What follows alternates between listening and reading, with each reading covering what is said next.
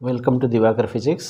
चलिए हम electric flux के बेस में कुछ न्यूमेरिकल्स करेंगे, इम्पोर्टेंट न्यूमेरिकल्स, और कॉन्सेप्ट भी समझने की कोशिश करेंगे। ओके, तो इलेक्ट्रिक फ्लक्स का जब हम बात करते हैं तो इसमें आपको सबसे पहले समझने की ज़रूरत है कि इसका फॉर्मूला क्या है। ठीक है, तो electric field into area into cos theta, तो ये होता है इलेक्ट्रिक फ्लक्स। ठीक है, तो ये आप याद रखिए, इलेक्ट्रिक फ्लक्स का मतलब होता है E इंटू ए इंटू कॉस थीटा। ठीक है, तो अभी इलेक्ट्रिक फ्लक्स होता क्या है कि मान लीजिए ये इलेक्ट्रिक लाइंस है ना, तो यहाँ पर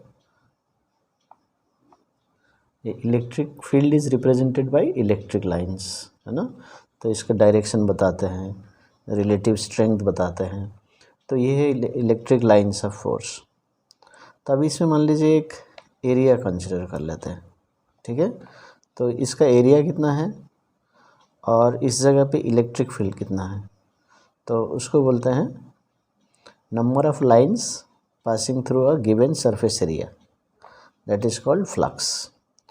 अभी क्या होता है, ये जो एरिया होता है ये इलेक्ट्रिक फील्ड के परपेंडिकुलर में पकड़ना पड़ता है, लेकिन कभी कभी क्या होता है कि जो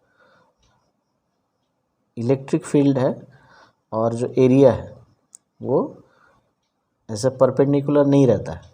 ठीक है, तब हम क्या लेना पड़ता है, तो ये जो एरिया वेक्टर, तो एरिया वेक्टर लेंगे और उसके बीच में जो एंगल है उसको हम कंसिडर करेंगे थीटा। ठीक है, तब ये फार्मूला जनरली आ जाता है ई ए कॉस थीटा। ओके, तो अभी जो एरिया वेक्टर, अभी आप सोचेंगे एरिया तो स्केलर क्वांटिटी है, तो ये वेक्टर कैसे हो गया, है ना। तो बात सही है, लेकिन एरिया जो है वो स्केलर क्वांटिटी है, लेकिन जब हम उसका परपेंडिकुलर लेते हैं, देखिए यहाँ पर ऐसे हम परपेंडिकुलर लेंगे। ठीक है, जैसे ये एरिया है तो इसका हम परपेंडिकुलर जब लेंगे तो देखिए इसका एक पर्टिकुलर डायरेक्शन हो जाता है, तो इसलिए उसको बोलते हैं एरिया वेक्टर। अब ये मैंने एरिया लिया तो इधर परपेंडिकुलर होगा। ठीक है, अब यदि ये वर्टिकल है तो इसका एरिया वेक्टर इधर होगा हॉरिजॉन्टल, तो उसका एक पर्टिकुलर डायरेक्शन आएगा। तो जैसे हम एरिया को ऐसे टर्न करेंगे उसका नॉर्मल वेक्टर भी टर्न होते जाएगा, सो इन अ पर्टिकुलर डायरेक्शन दिखाएगा, तो इसलिए उसको एरिया वेक्टर कंसिडर करते हैं। तो इसलिए ये फार्मूला है electric field into area into cos theta. तो electric field area cos theta, theta क्या है, angle between electric field and area vectors normal to the surface. तो हमेशा याद रखिए सरफेस के साथ, जैसे ये सरफेस है तो इधर ही नहीं लेना है, इसका परपेंडिकुलर लेना है। ठीक है, तो ये आप याद रखिए, तभी ये फार्मूला लगाते हैं। तो ये हो गया इलेक्ट्रिक फ्लक्स। अब इसको आप चाहे तो डॉट प्रोडक्ट भी लिख सकते हैं, ई डॉट ए। कभी कभी जब वेक्टर फॉर्म में दिया रहेगा electric field and area vector, तब आप डॉट प्रोडक्ट भी निकाल सकते हैं, जैसे आई जे के यूनिट वेक्टर्स के हिसाब में दिया रहेगा। तो और एक बात होता है, जैसे जब एरिया जब छोटा है, ठीक है, तो हम डी ए ले लेंगे या डी एस ले लेंगे, तो वो भी क्या है, जैसे एक मान लीजिए कर्व्ड एरिया है, फिक्स्ड डायरेक्शन नहीं है, तो इसका एक छोटा सा पार्ट लेंगे और ये जिस तरफ नॉर्मल है इधर डी एस ले लेंगे। ठीक है, तो ये आपको कंसेप्ट याद रखना। तो फ्लक्स इस तरह से हम समझ सकते हैं। ये इसके बेस में एक क्वेश्चन करेंगे, consider a uniform electric field E 3 × 10³ I cap. ठीक है, ये आई कैप है, ये एक्स एक्सिस की तरफ है, न्यूटन पर कूलम। फिर calculate the flux of this field through a square surface of area 10 centimetre square when the plane is parallel to the YZ plane and the normal to its plane makes 60 degree with the x axis. तो ये दो question है। तो अभी जैसे इसको हम यदि डायग्राम बनाते हैं तो ये आसान हो जाता है। ठीक है, तो डायग्राम में देखिए ये इलेक्ट्रिक फील्ड एक्स एक्सिस के तरफ है। ठीक है, एक्स एक्सिस के तरफ है और ये वाई लिया, ये जेड लिया। अभी वाई जेड प्लेन क्या है, तो मान लीजिए ये एक सरफेस है इस तरह से, ये वाई जेड मान लीजिए एक आप रूम को कंपेयर कर सकते हैं 3 डायमेंशनल, है ना। तो ये फ्लोर है और ये वॉल्स है, तो ये हो गया वाई जेड प्लेन। ठीक है, अभी इसका पैरेलल में होगा। ठीक है, तो यानी कि जो सरफेस है वो ऐसे ही रहेगा वाई जेड में, और आप जानते हैं कि x y z are perpendicular to each other. तो अभी इलेक्ट्रिक फील्ड क्या है, इसका मैग्नीट्यूड क्या है, 3 × 10⁻³ न्यूटन पर कूलम। तो आई जो दिखाता है ये एक्स एक्सिस के तरफ है, हम समझ सकते हैं। तो ये मैग्नीट्यूड हो गया। अभी ए क्या होगा, एरिया देखिए 10 सेंटीमीटर स्क्वायर, तो इसमें SI यूनिट दिया और इसमें सेंटीमीटर स्क्वायर दिया। तो आप क्या करना है, आपको कन्वर्ट करना है। तो कैसे कन्वर्ट करेंगे, सो 10⁻, ये बाई 100 कर लेंगे। सो 10 सेंटीमीटर स्क्वायर मतलब 10/100 मीटर, ये स्क्वायर हो गया, या इंटू 1/100 कर लीजिए। तो सेंटीमीटर स्क्वायर है तो मीटर इंटू मीटर से 100 × 100 से डिवाइड कर देंगे। तो हम सॉल्व कर देते हैं, तो 1/1000 मीटर स्क्वायर आ जाता है। ओके, अभी हम देखेंगे कि ये जो थीटा कितना है। ठीक है, थीटा कितना है, अभी देखिए ध्यान से देखना। इसमें जो थीटा होता है इलेक्ट्रिक फील्ड और प्लेन, यानी कि जो प्लेन यानी कि सरफेस एरिया है उसका नॉर्मल वेक्टर लेना पड़ता है। ठीक है, तो देखिए ई इधर में है, अभी प्लेन ऐसा है और प्लेन ऐसा है, इसका नॉर्मल लेना है। ठीक है, तो यानी कि वाई जेड जो प्लेन है उसका नॉर्मल, तो ये एक्स एक्सिस के तरफ ही होगा क्योंकि ये तीनों परपेंडिकुलर है। ठीक है, तो यहाँ जो एक सरफेस है वाई जेड प्लेन, इसका ये परपेंडिकुलर है। ठीक है, तो जैसे हम देख सकते हैं एक्स वाई प्लेन का परपेंडिकुलर ये है और जेड एक्स प्लेन का परपेंडिकुलर ये है, तो तीनों एक दूसरे का परपेंडिकुलर है। तो जब हम ये प्लेन लेंगे वाई जेड, तो इसके साथ जो परपेंडिकुलर होगा वो ई के तरफ ही रहेगा। ठीक है, जैसे अभी यहाँ पर ऐसे मार्क कर देते हैं, ये एरिया वेक्टर हो गया। अभी दोनों एक्स एक्सिस की तरफ ही इसमें रहेगा, तो इसका मतलब दोनों के बीच में एंगल कितना हो गया, if they are in the same direction then theta 0 degree ले लेंगे। ठीक है, थीटा 0। तो अभी हमारे पास फ्लक्स के लिए कंप्लीट इन्फॉर्मेशन आ गया। So flux is equal to EA cos theta. E है 3 × 10⁻³ और एरिया हमने निकाला 1/1000 इंटू cos 0। ठीक है, तो अभी ये 0 0 कैंसिल कर दीजिए। सो 3 × 1 cos 0 इज़ 1, तो अब आपका आ गया 3 न्यूटन मीटर स्क्वायर पर कूलम। तो ये है फ्लक्स का यूनिट। ठीक है, तो इस तरह से हम समझ सकते हैं।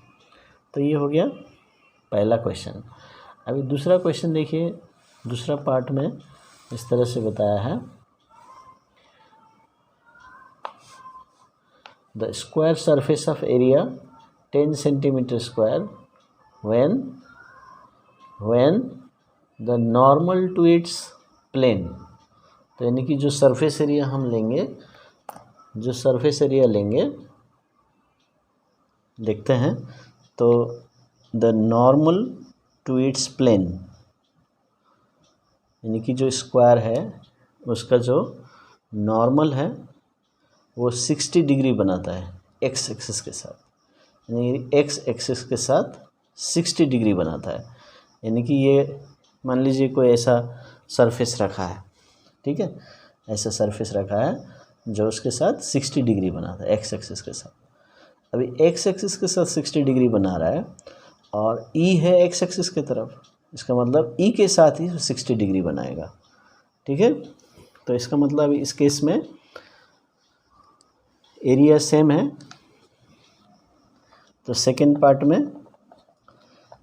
ई सेम है 3 × 10⁻³ न्यूटन पर कूलम, एरिया है 1/1000 मीटर स्क्वायर, दोनों ही सेम है, लेकिन थीटा जो है वो 60 डिग्री है। समझ में आया? जो एरिया वेक्टर लेना है आपको, हमेशा नॉर्मल वेक्टर का एंगल लेना है, प्लेन का नहीं लेना है, ठीक है, ये याद रखना है। और वहाँ पर खुद बोला है नॉर्मल वेक्टर 60 डिग्री बनाता है एक्स एक्सिस के साथ, और इलेक्ट्रिक फील्ड एक्स एक्सिस की तरफ है और ये 60 डिग्री बनाता है एरिया वेक्टर। तो देखिए इलेक्ट्रिक फील्ड और एरिया के बीच में थीटा 60 डिग्री होगी। तो हम फिर फॉर्मूला लगा देते हैं, ये cos थीटा, सो 3 × 10⁻³ एरिया 1000 1/1000 cos 60। तो अभी cos 60 क्या होता है? हाफ होता है ना, तो ये कैंसिल हो गया, सो 3 × हाफ, सो 1.5, तो इसमें 1.5 न्यूटन मीटर स्क्वायर पर कूलम। तो ये हो गया आपका इलेक्ट्रिक फ्लक्स। तो इलेक्ट्रिक फ्लक्स इस तरह से हम निकाल सकते हैं।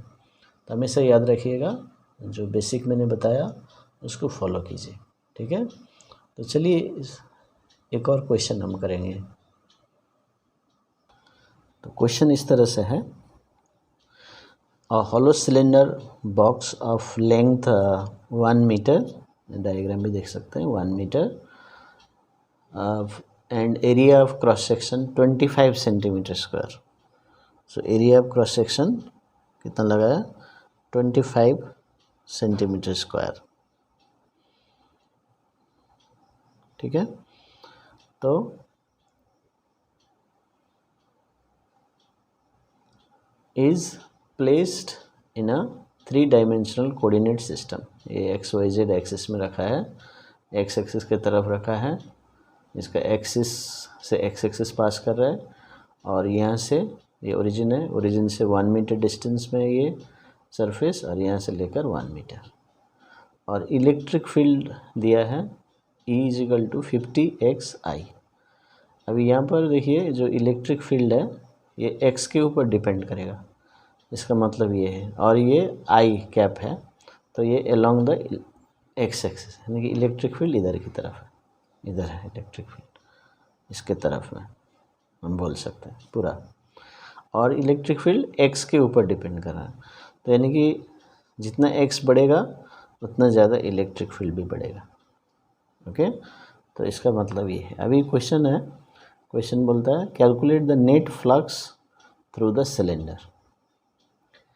अभी फ्लक्स क्या होता है? Number of lines passing through given surface area, EA cos theta. अभी हमने पिछले क्वेश्चन में डिस्कस किया, ओके। अभी हम निकालते हैं, अभी देखिए 3 एरिया है इसमें, है ना, 2 प्लेन सरफेस एरिया है और एक कर्व्ड सरफेस एरिया है। तो ये तीनों एरिया के लिए हम इलेक्ट्रिक फील्ड निकालेंगे, तब ऐड कर देंगे, सॉरी इलेक्ट्रिक फ्लक्स निकालेंगे तीनों एरिया के लिए। और तीनों एरिया के लिए क्यों हम निकालेंगे? क्योंकि इसका जो थीटा अलग हो सकता है और अलग होगा अलग अलग सरफेस के लिए, ठीक है। तो इसलिए अलग अलग निकालना ज़रूरी है। फील्ड अलग हो सकता है, एरिया अलग हो सकता है, थीटा अलग हो सकता है, तो इसलिए जितना एरिया है हम सबको सिचुएशन वाइज निकालेंगे, फिर नेट फ्लक्स हम निकालेंगे, तो ये आपको तरीका है। तो अभी पहले कौन सा एरिया लेना चाहते हैं, है ना, पहले कर्व्ड सरफेस एरिया ले लीजिए, ठीक है, कर्व्ड सरफेस एरिया।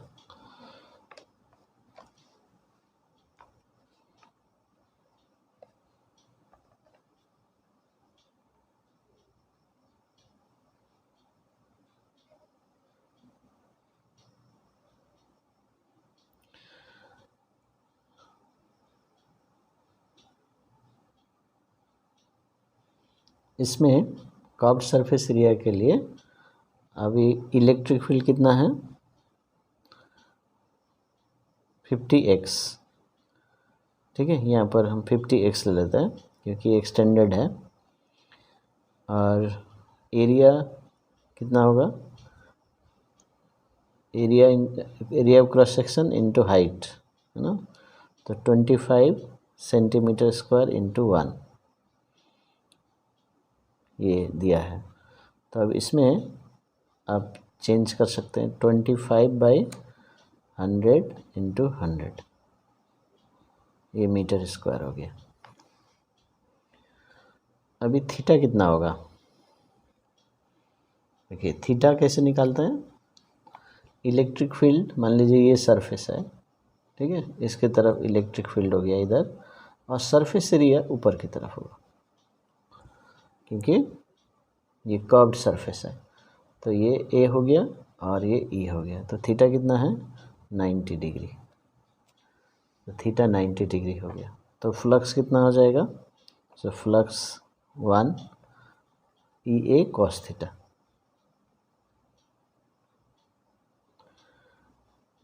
तो 50x into area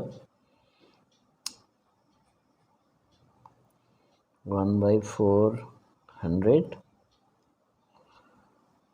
into cos 90, तो ये 0 आ गया, न्यूटन मीटर स्क्वायर पर कूलम। देखिए तो ये 0 आ गया। तो अभी जैसे मैंने यहाँ डिटेल में बताया, तो आप चाहे तो डायरेक्ट भी लिख सकते हैं, as electric field and area are perpendicular, so flux is 0, area vector is electric field and direction of area vector ये परपेंडिकुलर है, तो थीटा 90 होने से वो 0 है, आप डायरेक्ट भी लिख सकते हैं। ओके, तो ये आ गया। अभी फॉर द प्लेन सरफेस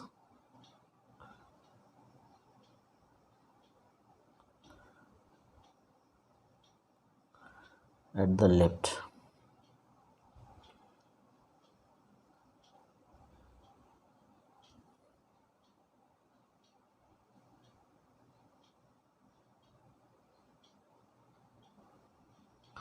ये तो लेफ्ट साइड में देखिए इस जगह पे यहाँ पर है। अभी ये पर्टिकुलर डिस्टेंस में है, देखिए डिस्टेंस में तो कितना होगा इलेक्ट्रिक फील्ड, इलेक्ट्रिक फील्ड है, इलेक्ट्रिक फील्ड का फॉर्मूला क्या है, 50x, ये तो इसका मैग्नीट्यूड है 50x, इलेक्ट्रिक वेक्टर दिया है 50x आई, तो आई का मतलब है x एक्सिस की तरफ है, तो उसका मैग्नीट्यूड है 50x क्योंकि आई का मैग्नीट्यूड 1 होता है। तो अभी 50x, तो फर्स्ट सरफेस के लिए देखिए लेफ्ट सरफेस के लिए डिस्टेंस कितना है, x का वैल्यू कितना है, ओरिजिन से x ये है 1 मीटर, तो 50 इंटू 1 करेंगे, तो ये 50 न्यूटन पर कूलम हो गया। अभी एरिया कितना है, एरिया हम ऑलरेडी दिया है, यहाँ पर 25 सेंटीमीटर दिया है, 25 centimetre square area of cross section है। देखिए यहाँ पर क्वेश्चन देख सकते हैं, ये है एरिया ऑफ क्रॉस सेक्शन, देखिए एरिया ऑफ क्रॉस सेक्शन, तो यानी कि इसका एरिया, जब कर्व्ड सरफेस एरिया लेंगे तो area of cross section into height लेते हैं, है ना, लेकिन यहाँ पर हमको चाहिए क्रॉस सेक्शन का ही area, plane surface on the left face, तो यही एरिया लेंगे 25 सेंटीमीटर स्क्वायर। तो हम कैसे इसको कन्वर्ट किया ना हमने, तो फिर से हम लिख सकते हैं ये 25 सेंटीमीटर स्क्वायर है, तो 25/100 इंटू 100 करेंगे। सो 1/400 मीटर स्क्वायर। अभी थीटा क्या होगा इसके लिए, तो थीटा भी ध्यान से देखिए, ये अब इसका जो एरिया होता है ना, ऐसे ये मान लीजिए ऐसे फेस है, तो इसका एरिया वेक्टर इधर हो जाएगा इसके तरफ, यानी कि इधर में होगा एरिया वेक्टर ये, और फील्ड है इधर में, तो देखिए 180 डिग्री हो गया। तो फील्ड है अपोजिट डायरेक्शन में, तो थीटा इज़ 180 डिग्री। तो अभी फ्लक्स टू निकाल लेते हैं। ई ए कॉस थीटा, तो ई है 50, एरिया है 1/400 इंटू कॉस थीटा कितना है, ये मैंने सॉल्व कर दिया। तो 50 हो गया इलेक्ट्रिक फील्ड, एरिया है 1/400 इंटू कॉस 180, कॉस 180 -1 होता है ना, तो -1/8 आया, तो -0.125 न्यूटन मीटर स्क्वायर पर coulomb.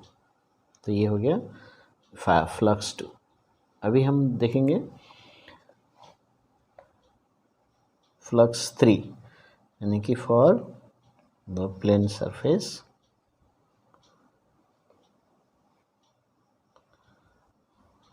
at the right side।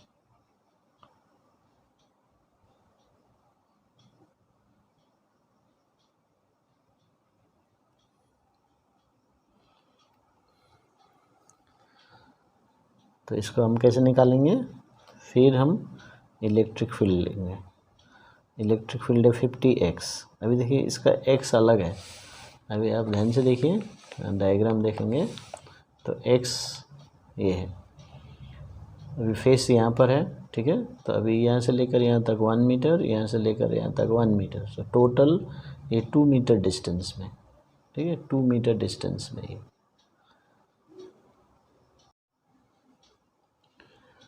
तो सेकेंड सरफेस के लिए राइट साइड में जो है वो E = 50x, और x हमने क्या देखा 50 × 2, सो ये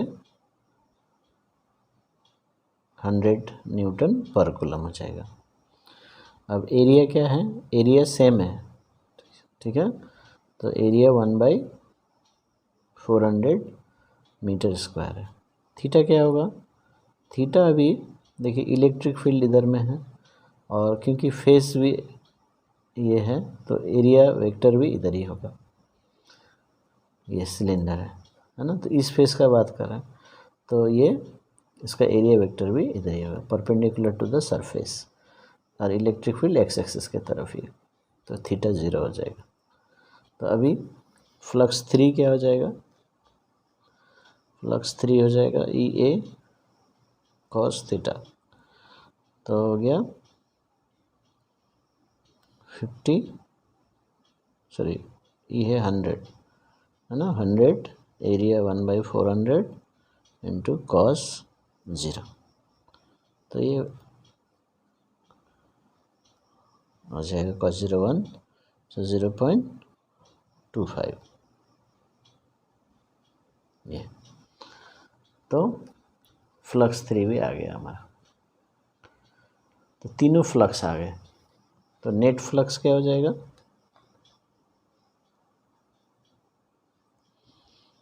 φ1 + φ2 + φ3, सो 0 प्लस माइनस, सेकेंड वाला माइनस है, 125 + 0.25, तो आंसर क्या हो जाएगा 0.125 न्यूटन मीटर स्क्वायर पर कूलम। तो ये आ गया।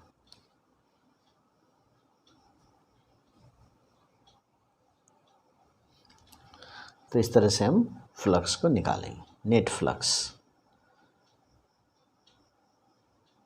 अभी देखिए सेकंड क्वेश्चन में क्या बताया है, सेकंड क्वेश्चन में बताया है charge enclosed by the cylinder.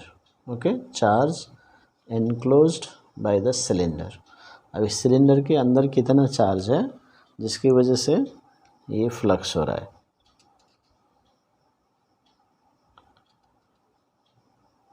ठीक है, हम नेट जो फ्लक्स हमने निकाला उससे हम पता कर सकते हैं। तो इसके लिए आपको क्या करना पड़ेगा, जो गॉसेस थ्योरम है उसको आपको अप्लाई करना पड़ेगा। ठीक है, तो गॉसेस थ्योरम क्या है,